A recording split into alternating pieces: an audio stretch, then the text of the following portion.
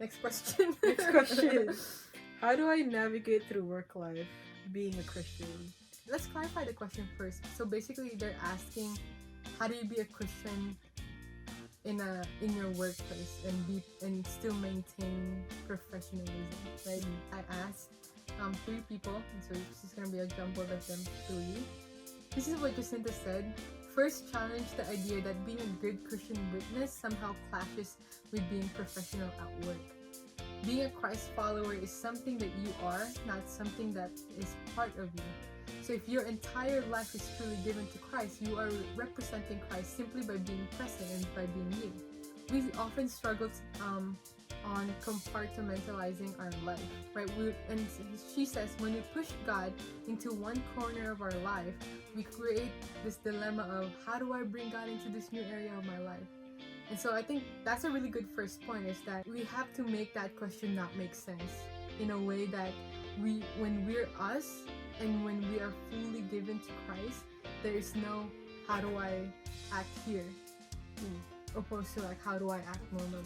I don't know if that's what she was trying to get to, but I do think that her point of we shouldn't be compartmentalizing our life, because that's when questions like these arise, like how do I act in my class, right? It's the same question probably a lot of us had to go through in any college, right? Just how do we be Christians inside the classroom when we're having discussions? It's the same way, how do we be Christians in the workplace?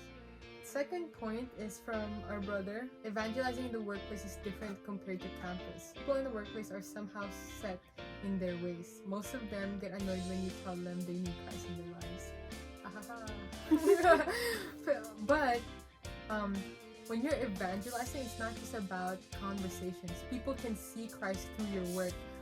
Is that person excellent in his work? Does he treat his office mates with respect? Is he late for the meetings? Stuff like that. People will notice how you work and if God is really present in your life. And it really just ties up with what Jacinta is saying, right? Like, just be you as a Christian, and just, I think what he added is just work excellently, and people will notice, and they will go to you and ask questions. And that's kind of what Peter said too. He said, start by looking and following the way Jesus lived. So I think it's the same answer for a lot of our kind of questions in life on how do we act. Like, let's just look at Jesus, how did he live his life, and follow him, and we will be a good witness in the workplace. Feel good, yeah. It encouraged me to like work harder, not so that people could be like that is a great worker, but it is to like be a good witness for Christ.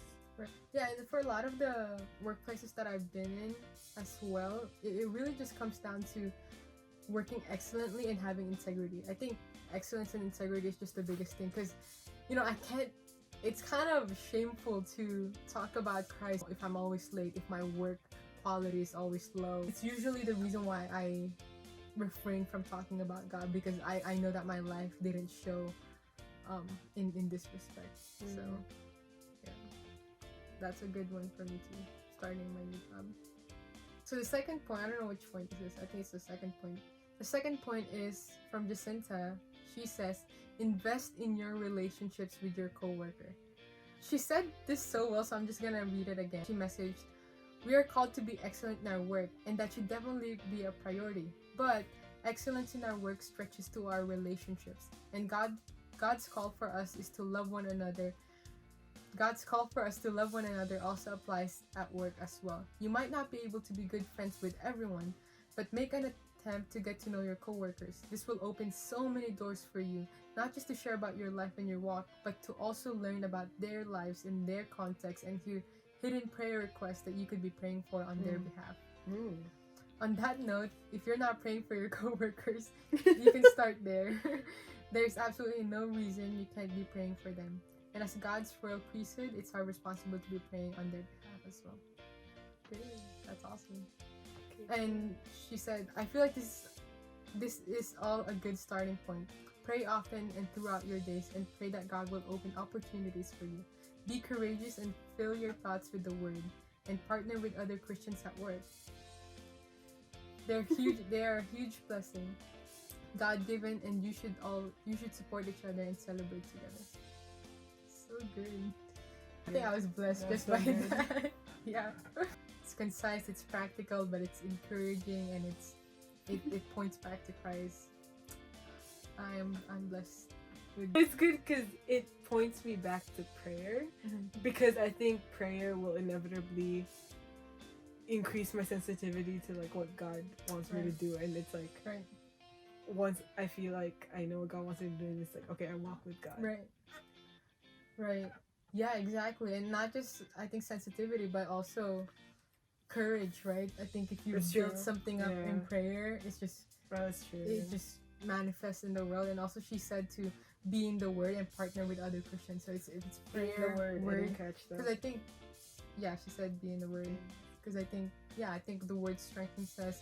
I think when we don't know what to say to encourage, someone, I think we can just pull out a verse, and God's word will do its thing. Are you ready for the third and final point? Third and final point. All right. For so career. This is from Peter. He says, in more specific things, I would say do not engage with sinful acts to fit in. This is literally compromising. We're not called to live a compromising, people-pleasing life. We're called to be holy. Deacon, everybody. I think this is just a great last and final point, and very practical as well. Before you enter workplace, just immediately setting that goal for yourself that, hey, these are sins that I might encounter in the workplace, and I don't want to do this. I don't want to lie to get more customers. I don't want to get drunk in front of my coworkers, because I know this is not living a holy life. And I think listing them out gives you just a visual and accountability to it. So. Next question. How do I find a good church? So this question was actually asked by multiple of my friends that just graduated. There's no good churches. I can't even say it straight. I do want to start with, I believe that God has taught you in college a lot of things, and so it will do you well to just listen and to remember the things that you've learned. But nonetheless, I will give you more specific answers to that as well. It was really cool because I wrote my answers, and then I sent the the question to Peter, and then we literally have the same exact 3 points. So that doesn't say anything. It doesn't. It doesn't. Peter kind of structured it into 3 questions. So these are 3 questions that you might want to ask yourself before choosing a church, or when you're choosing a church. So number 1 is, do they believe and preach the gospel?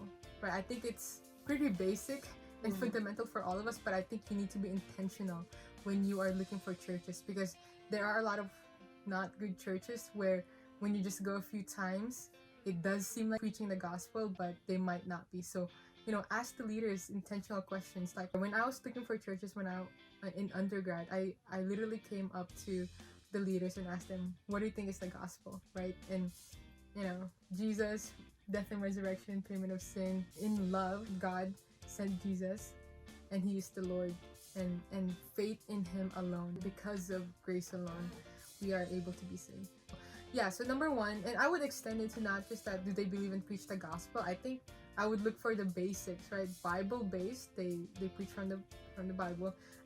They're a family that prays together. I think prayer is really important in making sure that the church is really thriving. Are they coming together in some way or form to pray for the church? And then humility in leadership. That's kind of a personal one, but I think one quality that I respect the most about leaders is humility. And so because I think pride really can easily destroy leadership in the church. And so if someone is humble and meek, then I think even if that person makes a mistake, I know that they will listen to good counsel and good wisdom. Not from me, but like from elders and other people from the church.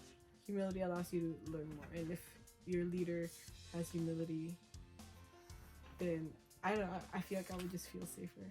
So point number two, or question number 2 to ask yourself is, do you understand that churches are full of people that sin? Are you able to lay down the idea of the perfect church for me?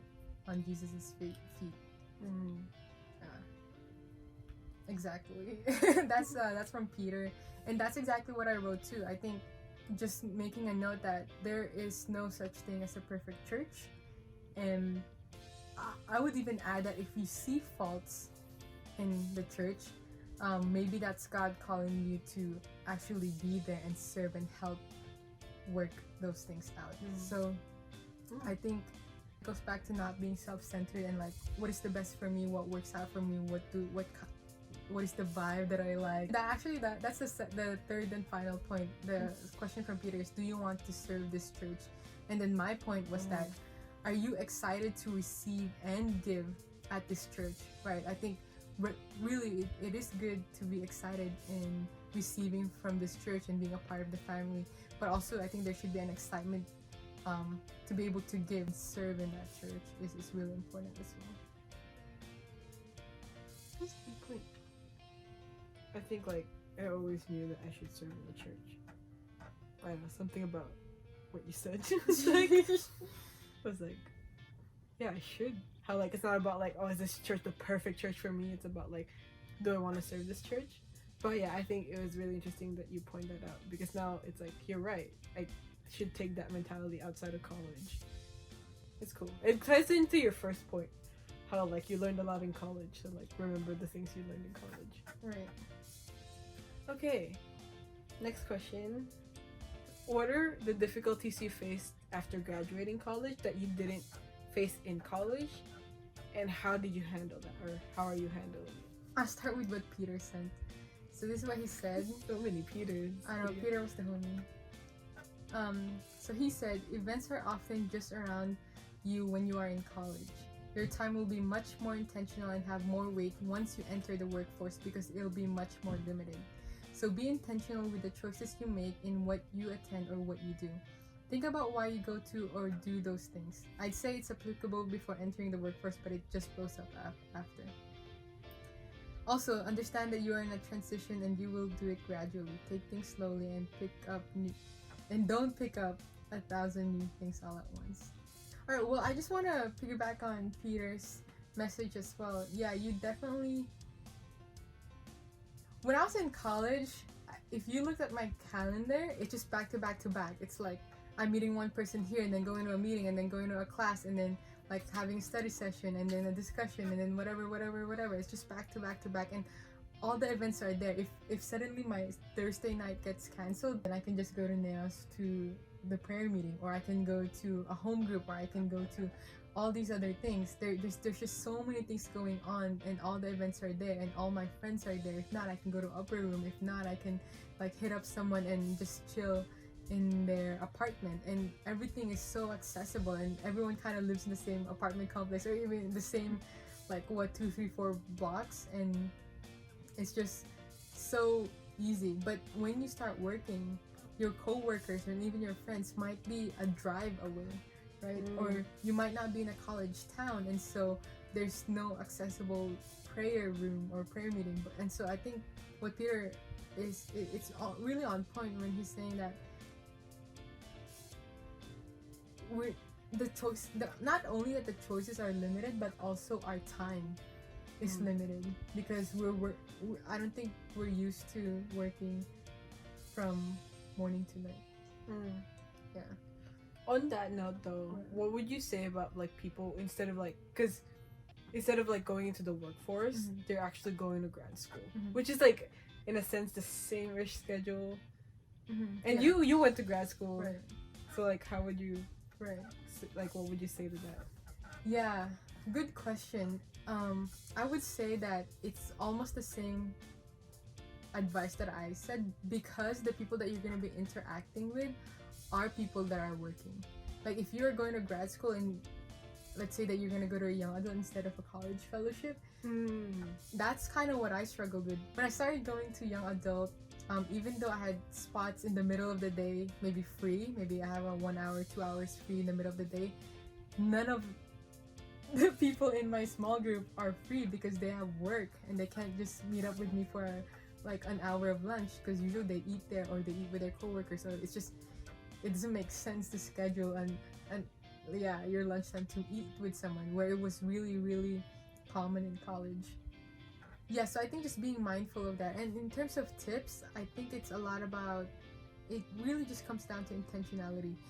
Don't be the people that just gives up and kind of hides in a cocoon, even especially if you are an introvert. And if you're introvert or extrovert, I think it's just important to be intentionally asking some people to hang out and taking that initiative, because fellowship and community is really important, especially in adult life. Yeah. I have heard that from other people too. How like fellowship is actually really important. Yeah. Because it's not as accessible as like. Exactly. College. You really have to go after it, and reach out and know that it's important for you, and it's a huge blessing for you. But on the same note, I think it's also important to know that it's not going to be the same, and so don't try to make it mimic what you had in college.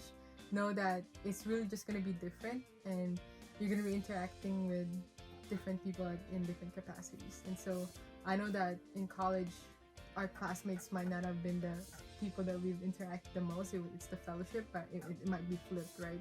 You're going to be interacting with your co-workers 8 hours a day, and then maybe an hour, 2 hours on some days with your fellowship. And so I don't know, my tip is just to be present and go deep when you have the opportunity to, and to develop good coworker relationships. So going off of navigating relationships in a church or at your workplace, another question that comes up is, how do you maintain relationships with college friends, especially if it's going to be long distance? So for that we have Justin. So just reiterating that, relationships are really built on the time that you spend together, and it's whether it's time of deep intercession, like really working hard for the kingdom, or just by having fun and laughing and getting boba. But after college, I think those really just minimize, and so it really again goes back to intentionality. And also, I would really just start with posture, the same with Job's heart in Job 1, where he says, the Lord gives and takes away. And so I think the first thing that we can do is really acknowledge that, hey, God has blessed me with these friends, like friend 1, 2, and 3, and 4, and name them all, and really celebrate that and really thank God for that. But at the end of the day, also acknowledging that God has blessed us with these friends, but also God can take them away, right, to make way for new ones. And if they have been a blessing to you in your college career, that's great. I think we can practice letting go if God does not, if it's not something that needs to continue. Because I think a lot of us goes into I want to keep everyone and I want to maintain a relationship with everyone. But I think acknowledging that also takes away space from in our time to make new ones that might be more kind of key and God-given in that time, if I'm making sense. But I think you get the point. Yeah, I do get the point. Yeah, so let's just start with that one. But point number 2, if there are friends that you really feel like it's good to really keep long distance, then yeah, definitely there are a lot of ways to do that. And so here are some tips. So the question now that you're going to answer is that, how do I maintain friendships? Right. Like college friendships outside of college. Which I'm really after interested college. In. Yeah. Right. Oh yeah, I guess after college. Right. So we already talked about number 1. So hard posture. Yeah, which is the hard posture. And number 2, I think, is just understanding that it is going to be different. It's not going to be the same as how close you were, and yeah, just the type of relationship isn't going to be the same. Simply because you're not in the same space, you're not in the same fellowship, you're not in the same school. It's just a lot of things are different. So usually what happens is it's more of a catching up kind of relationship, that when you call from time to time and you catch up, right? Because you're not able to get boba a lot of the times anymore, and you're not able to serve in the same capacity or work in the same projects, right? So number 2 is acknowledge that it is going to be different. And number 3 is intentionally invest. Okay. And number 3 is just intentionally invest time. So what we mean by that is what I've been doing and Justin has also been doing is kind of, I see this. kind of scheduling frequent talks, and you can decide how long of an interval that would be. I think I usually do every month, and Justin some of Justin just parts of Justin, not what Justin does with some of his friends is calling about 4 or 5 months, I think, or every 6 months. Whoa. Yeah. Honestly though, that's like some openness and closeness of relationship. Or at least what I feel like is that, like, I don't know if I should be saying this out loud, but like sometimes it's like, oh yeah, we'll keep in touch, but then it will end up right every like twice a year basically, right? But then this one is like acknowledging that it is, hey, it will be so infrequent that for it to even happen, we should set it into every 6 months. Right. I think that's kudos to you, bro. Yeah, but he says but some friends just pick up right where they left off, and when you come to reunite, and that's such a blessing and a weight of your shoulders. So I think just acknowledging that, again, it's not gonna, I think goes back to point number 2 where you acknowledge that it's not gonna be the same, right? There's a way to be part of each other's lives, but yeah, to some relationships, once a month is pretty frequent, right? There are some friendships that maybe it is just the more reasonable thing, and the most appropriate thing is just every quarter or every 6 months. If you're a new grad, please comment questions. If you have more, I'll make her answer them. Sure. Yes. And then if you are a post-grad, please make sure to definitely comment more advice. We do want to make this a community where, people can learn and share their knowledge. So there's definitely a space to do so. That's it for today.